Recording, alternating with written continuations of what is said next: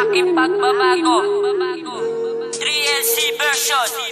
Ako'y kabilang sa mga taong milyon ng populasyon, naninirahan sa Pinas na naligaw ng direksyon. Ang naisipang solusyon ay sumandal sa mga bisyo, ni walang edukasyon at madalas wala sa wisyo. Araw-araw laging hawak ko boteng nilalagyan ng pandikit sa mga bagay sa ilong nakasanayan. Amuyin ang alimuyak para sa akin mabango, hatid nito sa aking utak pagkatapos ay gulo. Mga tanong na ako mismo ay hindi makasagot, kung bakit nga ba nagpasako pa sa bawal na gamot. Nang dahil nga ba malungkot kaya ito'y nagagawa, tanging sagot sa aking problema at ang nagpapasaya. Ngunit hindi ko alintana panganib na kalakip na dulot na pagkalango sa droga. Sinong sasagip? Sino sa akin ang pipigil at mabibigay ng payo upang ako ay tumigil at sa bisyo'y lumayo?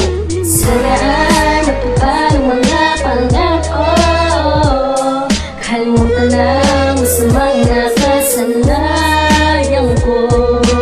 Murahin, di siya kumagat sa isipan ko dahil walang sama. Humarap sa bagong bukas, kasama ang Panginoon. Akin na rin natikman, halaman na pituan na o nilaro ang mga usok sa maliit na kanyon. At tanging bala ay damo na nagdudulot ng ligaya. Minsan ay tamang hinala sa isip ay dumadaya. Kahit di ko na nga kaya, sige pa rin nagsindi. Parang baliw na kung tumawa at laging naririndi. Ano ba ang siyang silbi ng biso kung nakasanayan? Yung tanong sa aking sarili, bakit di ko maiwasan ay hindi ako tularan ng magiging anak ko, na sa ganun din namanahin ang magiging apo ko. Dahil ako'y nalilito sa tunay ng anyo ng buhay, sinisisi ang mundo kung ba't naging ganito ang kulay. Nais ko ay ang mamuhay ng parehas at maayos. Taong dapat irespeto at meron takot sa Diyos. Sa pag-aaral magtapos upang magkaroon ng trabaho, sa hirap ay makaraos at tuluyan ng magbago. Sana matupad ang mga pangako, kalimutan lang sa mga kasanayan ko.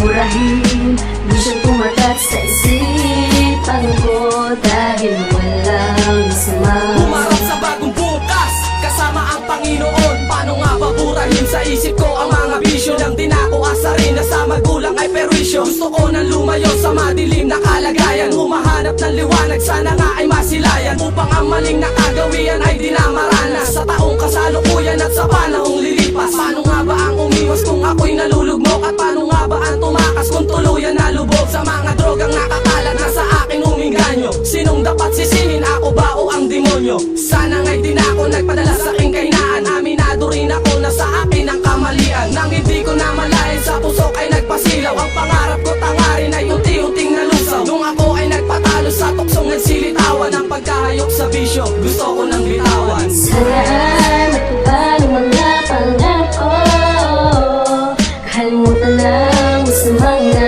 kasanayan ko.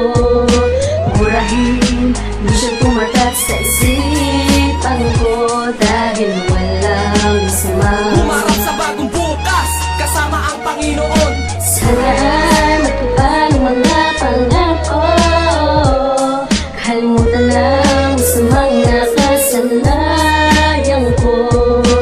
Murahin, di siya tumatak sa isipan ko dahil walang sama. Humarap sa bagong bukas, kasama ang Panginoon. Sana matupad ang mga pangako, kalimutan lang sa mga kasanayan ko.